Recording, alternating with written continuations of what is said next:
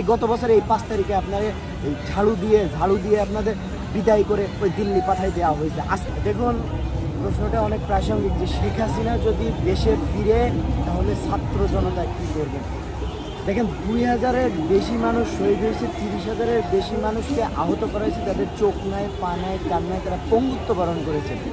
এমন পরিস্থিতিতে মুখ দিয়ে শুধু গালাগালি দিয়ে তো আসলে লাভ নেই।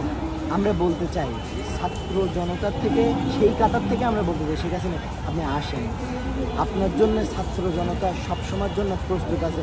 শুধু আপনার জন্য নয়, আপনার এবং আওয়ামী লীগের জন্য প্রস্তুত আছে। শুধু মাঠে নামেন, তারপরে কিভাবে খেলা শুরু করতে হয় সেটা আমাদের জানা আছে। আপনাদের যদি এখনও মনে হয় এতগুলো মানুষের জীবন নেওয়ার পরেও, পঙ্গুত্ব বরণ করার পরেও, মানে তারপরেও যদি আপনাদের মনে হয় যে আপনারা দেশে এসে এখনও রাজনীতি করার মতন মানে পরিস্থিতি রয়েছে, তাহলে আপনারা দেশে আসুন। দেন তারপরে ছাত্র জনতা দেখাবে যে আপনাদেরকে কী করতে পারে আর কি করতে পারে না। দেখেন না যে মাঝে মাঝে বিভাজন তৈরি হয়, মাঝে মাঝে অনেক কিছু হয়, কিন্তু দিন শেষে যখনই একটা বিপদ হয়, যখনই লীগের প্রশ্ন আসে, সবাই ঐক্যবদ্ধ হয়ে যায়। আজকে 5 তারিখে, এই গত বছর এই 5 তারিখে আপনারা এই ঝাড়ু দিয়ে আপনাদের বিদায় করে ওই দিল্লি পাঠাই দেওয়া হয়েছে। আজকে আবার সেই 5 তারিখে দেখেন না বিভিন্ন পত্রপত্রিকায় বিভিন্ন দলের সম্পর্কে এটা ওটা নানান রকম, এই যে আপনারা বিভিন্ন সময় বলেন যে বিভাজন তৈরি হচ্ছে, ঐক্য নষ্ট হচ্ছে। দেখেন এই 5 তারিখে দেখেন সব দল কিন্তু এই যে মানিক মিয়া এভিনিউতে চলে আসে। কেন? সুতরাং আপনিও যদি দেশে আসেন, মনে করবেন যে সকল বিভাজন ভুলে ছাত্র জনতা এমন এক কাতারে এসে দাঁড়াবে যে আপনাদের অবস্থা আরও বেশি ভয়ানক হলো। আপনি শেখ হাসিনার যে কথা বললেন, শেখ হাসিনা কথা বলা আসলে এখানে অবন্তার কেন? স্বৈরাচার আর স্বৈরাচারী শাসনামল, এই দুইটাই আমরা উৎখাতের জন্য একটা দীর্ঘ পরিকল্পনা নিয়ে আগাচ্ছি। স্বৈরাচার বিদায় হয়েছে, ফ্যাসিস্ট বিদায় হয়েছে, কিন্তু ফ্যাসিবাদের এখনো বিদায় হয়নি।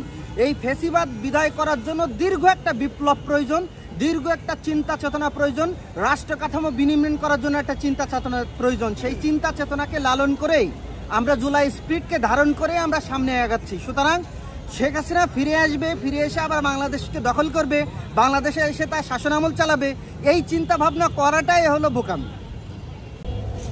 শেখ হাসিনা বাংলাদেশে আসবে, শেখ হাসিনা নিজেও সেটা বিশ্বাস করে না। আর যদি শেখ হাসিনা বাংলাদেশে আসে, বা শেখ হাসিনার এবার তো তার জীবন নিয়ে পালাতে পারছে, আশা করি আগামীতে যে কোনো পরিস্থিতি হতে পারে। আমরা আওয়ামী লীগের প্রতি আহ্বান জানাই, যারা শেখ হাসিনার সেই সন্ত্রাসী কার্যক্রমের সাথে জড়িত না বা কাজ করতে চায় না, তাদের প্রতি আহ্বান জানাই আপনারা আর সন্ত্রাসী কার্যক্রমে না এসে এদেশের মানুষের কাছে ক্ষমা চান, মানুষের সাথে মিশে বাংলাদেশের রাজনীতি করেন। এই বাংলাদেশের মাটিতে আর কখনোই ভারতীয় রাজনীতি চলবে না। এই বাংলাদেশের মাটিতে আর কখনোই ভারতীয় চর শেখ হাসিনাকে এই দেশের ছাত্র সমাজ মেনে নেবে না।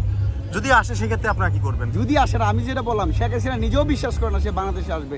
সে ভারতে বসে বসে কথা বলে। অনেকেই শেখ হাসিনা বলেছেন আমি বঙ্গবন্ধুর কন্যা, আমি শেখ মুজিবের কন্যা, আমি বাংলাদেশ থেকে পালাই না। কিন্তু সেই শেখ হাসিনা বাংলাদেশে পালিয়ে গিয়ে তার শ্বশুরবাড়িতে গিয়ে আশ্রয় নিয়েছে। আমরা বিশ্বাস করি, এদেশের 18 কোটি মানুষ বিশ্বাস করে, ছাত্র সমাজ বিশ্বাস করে, শেখ হাসিনার রাজনীতির কবর বাংলাদেশে ইতিমধ্যে গত বছরের 5 আগস্টে কবরচিত হয়েছে। এই দেশে যদি শেখ হাসিনা আবার আসে, তাহলে এই যে ভয়াবহ বিপ্লব হবে, সেই বিপ্লবে শেখ হাসিনার 14 গোষ্ঠী যাই এখন বেঁচে আছে তাও থাকবে না।